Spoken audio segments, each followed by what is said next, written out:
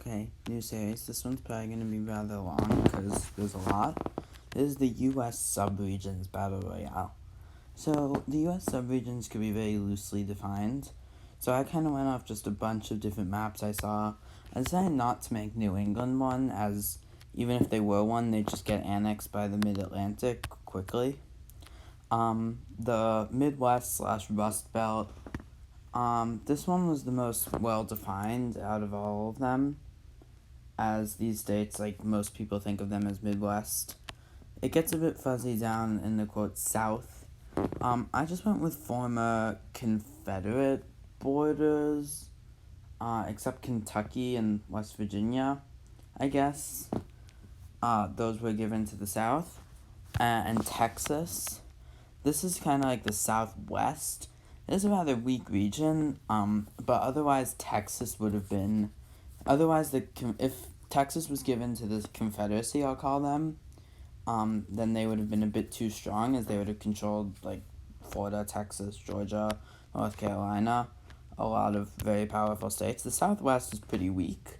It's also surrounded by a lot. And then in the, and the West is the final region. This is just everything else. I think this is a decently defined region. I probably should have given Alaska and Hawaii, but we're assuming that these are the actual locations. So we just made them their own republics. The Republic of Alaska and Hawaii. So, to start off, Alaska and Hawaii get annexed pretty quickly. This green Southwest takes Hawaii, as well as makes a landing up here, while the purple team, that's not the purple team, the pink team, sorry, the West, takes the rest of the state. So that's about it for Alaska and Hawaii. So to start off, the Northeast makes an alliance with the Midwest, as they share a bunch of the same political views, especially considering the Midwest is run in, like, the capitals, they're just the largest cities: Chicago, New York, Miami, Houston works, and LA. Actually, you know what, San Fran, it's less exposed. Those are the capitals. Doesn't really matter, but the Midwest and Northeast make an alliance, as well as the South and Southeast make an alliance. The West doesn't have an alliance yet, however, but they're a bit more leaning towards the Northeast and Midwest. So to start off, the Northeast makes a push into West Virginia. They come up with a partition plan. Hold up. They come up with that won't work. They come up with a partition plan. The Northeast gets this, while the Midwest gets this part. And then an invasion into Kentucky is started. The Northeast takes a bunch of this part of the state. However, the rest is taken by the Midwest. So that's as far as they get. That's their push. However, now Virginia is blocked off by the Virginia is blocked off from the Midwest. It only shares a border with the Northeast, which is good for the state. However, because it's rather weak and they weren't on the offensive, they do fall. A siege of Arlington is set. Same with Richmond. Norfolk is taken over. This peninsula is taken. Arlington falls, and then Richmond falls. And the state falls. Now the greater DC area is all controlled by this Northeast Republic. However, while this is happening, while this is happening, this purple team starts to push into the southwest. First, they try to eliminate the land border. Oh my god, I keep messing that up. They eliminate the land border by taking this. They siege Juneau and capture the city. And then they begin a push into Oklahoma. And they actually sign an alliance with the Midwest. Now, this is only with the Midwest, not the Northeast. And they agreed to partition Oklahoma. So over here, they get like all this area, the West, while the Midwest gets most of the state. That's probably unrealistic. The Midwest would probably just take it all, but whatever. So this part of the Midwest is rather exposed. However, the South and the Southeast, with their new alliance, pushes into Southern California. Now this is big because that's like a very populated region. Actually, they don't. Before they do that, they push into, I'm just gonna, they push into Vegas, and Vegas eventually falls. So let me just do that quickly. They push into Vegas. The city does end up falling to the southwest. And the rest of the state is pretty undefended. However, Reno is put under siege, and so is Carson City. But they also fall. It's now Nevada is in southwest hands. Also, they take back these Alaskan islands, as well as push into the rest of the state.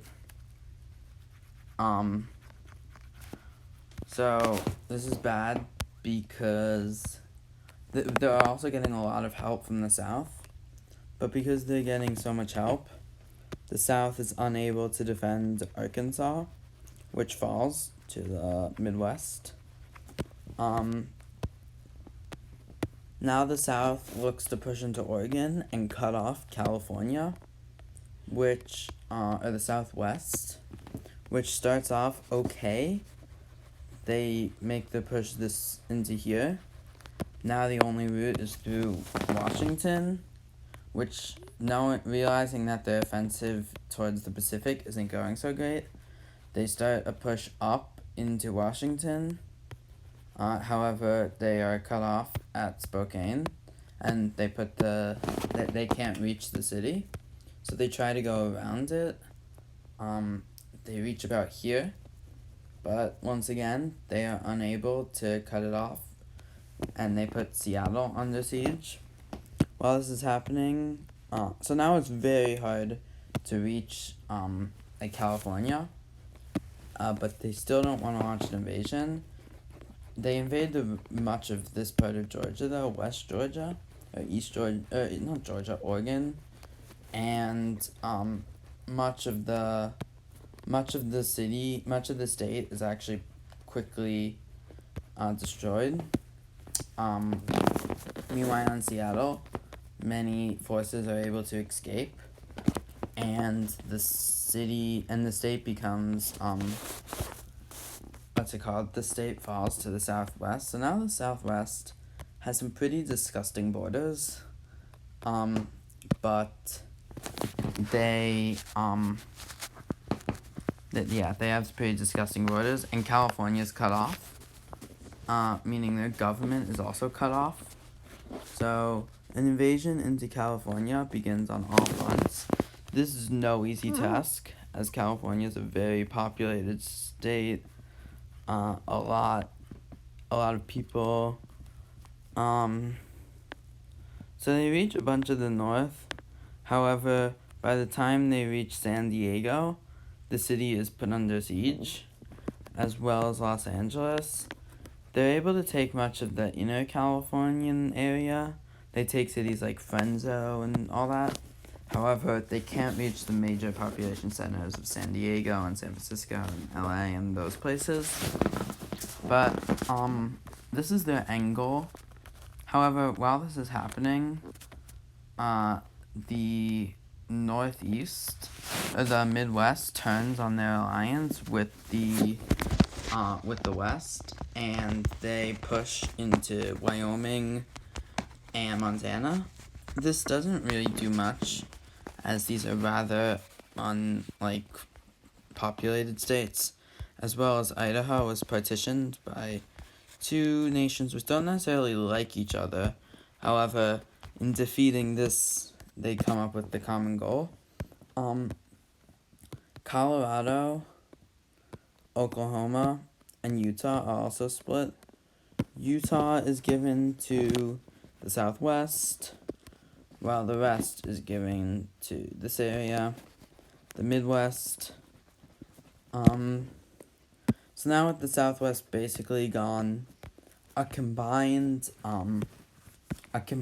Midwest and Southwest force push into LA, and San Francisco falls.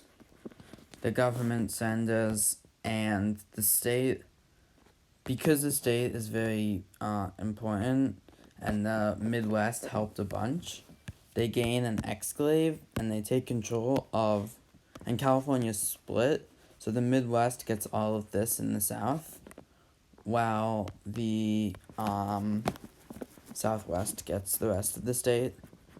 Obviously in the South, very populated. So that's one of our, countries which has fallen.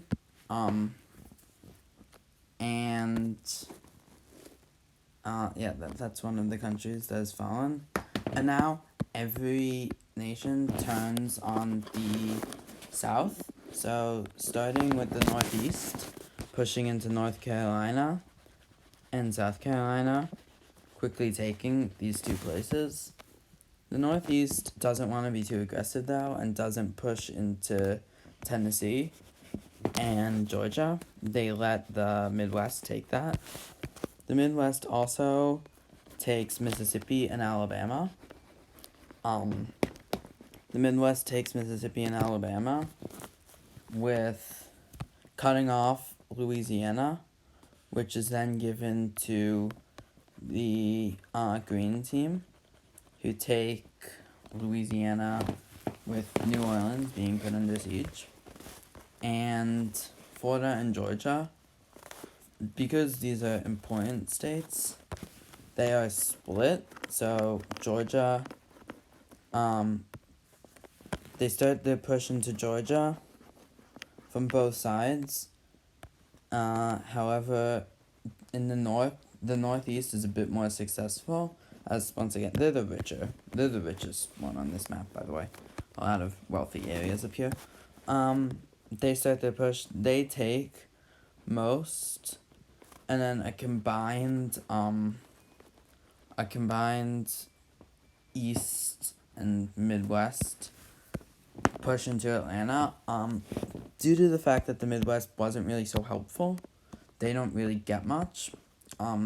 With Florida being the only part left of the South, Southern Florida ends up declaring independence. We'll draw the line right there. You know what? Yeah. Orlando isn't there. It's like here. We'll just draw the line right there. Once again, this capital is Miami. And a northeastern leaning Republic of South Florida is set up, while the Midwest gets much of Florida's panhandle. However, Jacksonville and Orlando are taken over by the Northeast. So now the Northeast has an effective monopoly on the East Coast, and I don't know, I'd say the Midwest is the most powerful at the moment, but all of these states are really powerful, and that's where I'm gonna end it. That's what